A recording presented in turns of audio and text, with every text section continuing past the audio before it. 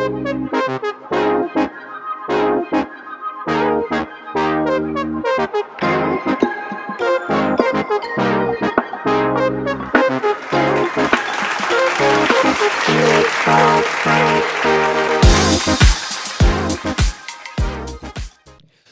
and welcome to Real Talk. My name is Dan Roberts and today's guest, his name is Kyle. Kyle has been working with Real for how long now, my friend?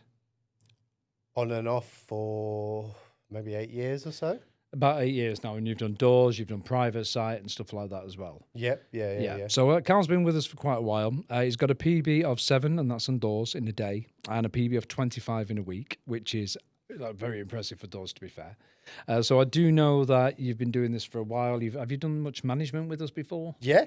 I've done the whole shebang, management academy, hiding the blocks in the office, things like that. Yeah, I managed teams back when JP was the regional manager. We ran a few teams across. We were sort of an umbrella based out. Done that. This time around, occasional training and managing, imparting some wisdom. Wisdom you've learned throughout the years. Yeah, from people like yourself and JP and Tom and everyone, really. Like, I've been around, I've been about. I've worked for Greenpeace. I've worked for other fundraising agencies that are not here anymore because, Real's still standing. Real is still standing 15 years now, I believe. Yeah. Yeah. I can just about believe that, to be fair. So what did you do before you started moving into fundraising? And you know what I mean? Because a lot of people have done some really interesting things before. And some people have done some things that they didn't like doing. Like Kristen's a good example. So what is it you did before you started? Fundraising was one of my first jobs, to be honest. I worked in a bowling alley for 2 years. Okay. From 16 to 18. I put the parties on for the kids there, and then learned the lanes and then the reception, and then I ended up on the call center for quite a while. But then that was so I was 16, 17, 18, and then 18, one of my first jobs was I'd say it's my first proper job, really, was fundraising. Yeah. I've done that on and off pretty much since I was 18, and I'm 32 pretty soon. So it's always been the job that I go back to. However, I have quite a creative career that I've been chasing since then, but it's always been, even now, need a couple of days a week, want to do something. You do a lot of creativity, don't you? For those that don't know, Kyle has done the little editing that has been on this show. We're trying to keep it just raw. That's why we chose the title Real Talk, so that way when we start speaking, we don't cut, we don't pause, we don't cut anything, because I think it's more authentic. So what is it you do exactly? I know that you've done some digital editing for us. You just added a few bits here and there. Mm-hmm. You also helped with the first 2 podcasts we did, which was Kristen and JP, purely because there was a problem when it was done. It was slightly out of sync, and you fixed that for us. Yeah. Tell us all about what you do outside of work as regards your creativity side and your other businesses. Cool. Well, around the same time as working at the bowling alley, 16, 17, I was rapping quite a lot. I still do, still write quite a lot, things like that. But it got to my 20s and I had somebody film a music video for me that was the guy who taught me how to film, which was quite fun. I then started meeting other people within the industry that I never dreamed of meeting if I was just doing music. And then sort of picked up a camera myself, helped him out on a couple of shoots. And I just realised it's a lot more fun. It makes a lot more money, and I was meeting people within the industry that I was in that I'd never meet if I was just rapping. So I tried to do both for a while, but the filming was one of those things that the more and more I put into it, the more it gave me in not just a financial sense, but lots of different things. So then the music really got put to the side for a long, long time, and more recently I've decided to sort of get back into it, since I'm a bit more comfortable with film. But, funny story, before I even came back, I was full-time freelance, and I was quite happy with it. I was, in all honesty, sort of scraping a little bit, but it was near the end of the year. Not everybody had the most amount of budget, but I was getting by. I was just about getting by. And I contacted Real, or one of the directors at Real, And I said, "Do you need some videos done, photos done?" And they went, "Yeah."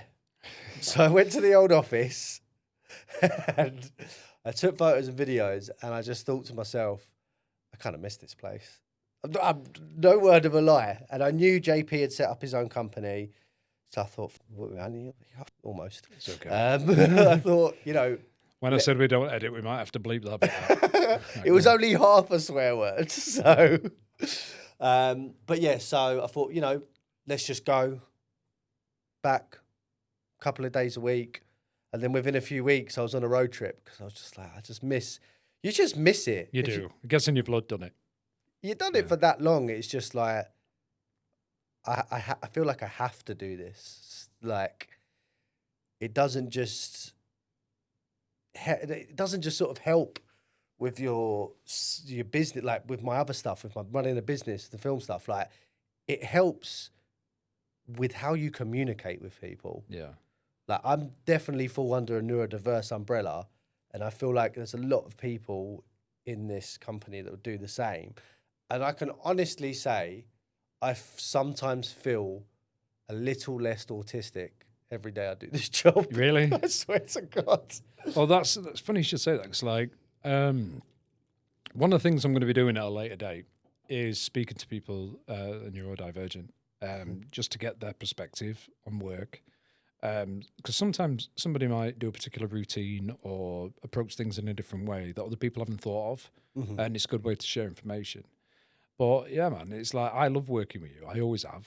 It's weird how we first met, isn't it? It was doors, wasn't it? It was just after lockdown. Yeah, it wasn't long after lockdown. I was living in Manchester for a bit. Same kind of thing, like in a different city, trying to make the video work, and I just went, I need to go back to just a job to help support myself in that environment. And it was just real. It was just like, right, within a week, I'm back on doors. And I wasn't doing, because I was on my own a lot. They sort of called in the cavalry with you. They were like, let's send Dan in. Send Dan in. And then with that, I didn't do my best sometimes with you. Like, I still worked my hardest. But You're good to work with, though. You're very good to thanks, work with. Man. You're good to bounce off. It's like that's when you got the first. That's when I nicknamed him Franco, because he looks like James Franco, and he told me I look like Chris Hemsworth. I look like Chris Hemsworth from Temu. But like, you do actually resemble James Franco. A little bit. You do, man. Take it as a compliment. He's a handsome guy. He's no, I do. Question his morals, but yeah, less than about that, the better. Yeah. I've actually been in Egg, funnily enough, a pretty big nightclub in London, and I'm sure they knew it was a joke, but like, when somebody's so committed to the joke, that they're like, oh, and I was like, yeah, he's my cousin. And they believed you. But I don't think they really believed me. I think they were just sort of like, going along with it. So other people that we would sort of be with, they could like them pretend the same thing for other people. And they were, it sort of spread around this green room a bit. So that's James and Dave Franco's cousin. So why would I be here if I was a Franco? Well, yeah, you'd be like you'd be in a mansion somewhere, wouldn't you? A swimming pool and somebody else just doing everything for you. But like, so what's your plans from now? I mean, obviously you're working part-time with Change the World. Yeah. And again, still do the occasional road trip. You need to get that belt off Shearer. That's what you need to do. So close this week. So close. We even spoke about it. I've had enough of it, like carrying it around all the time. I know, she wears it everywhere. I know. To work, on the buses. I know. It's getting ridiculous now. But anyway, back. Let's take it back to where we were. So, what's the plans for the future? Like I said before, you're currently you've got a business, I believe. What's your business called? Play Pause Films. Play Pause Films. Yeah. That's videography business, mainly centre around music videos, because that's where that's where it all started. However, anything anybody needs, corporate adverts, content, social media content's like a big one at the moment, which I love doing, but like to give it my own, because the dream, it's not even the dream, it's like I will be the next Guy Ritchie. Through hell or high water, like you remember me, yeah, when you were the next Guy Ritchie. 100%. You'll be in the films. You'll be that'll be sick. I'll be cameos and things like that. Yeah. Do you know where they go and there's like some boxer that's like, that'll be you. Something that'll like be that. me. Yeah, exactly. I'll have to get in the gym. No, I don't like gyms though. Last time when I go to the gym, I just tend to use the vending machine. It's my favourite machine in the gym. Yeah. So anyway, what's your obviously, as I said before, Kyle does the editing for this podcast. So I am giving you free reign. If you want to make explosions, if you want to do, like, I don't know, whatever it is, I don't know the limit of what you can do, but you have full free reign on this podcast to be able, on this interview, to do whatever you want to make it as spectacular as you want. But you know what, Kyle? Thank you for coming on. No, thank you. It's been an absolute pleasure. And I want you to make sure you come on. Yeah. Once again, thank you everyone for watching. And I'd just like to finish off like I always do by saying thank you for watching. With respect, ethics, activism, and love. I'll see you later. Well, that was great having Kyle on. Kyle's a really good friend of mine outside of work, outside of the podcast, and I've known him for quite a few years now. What we're going to do now is we're literally just going to put about a few minutes of all Kyle's work, everything he's been doing, so you can have a good look at it. So if ever you want anybody to help with digital marketing or anything creative at all, you know where to go.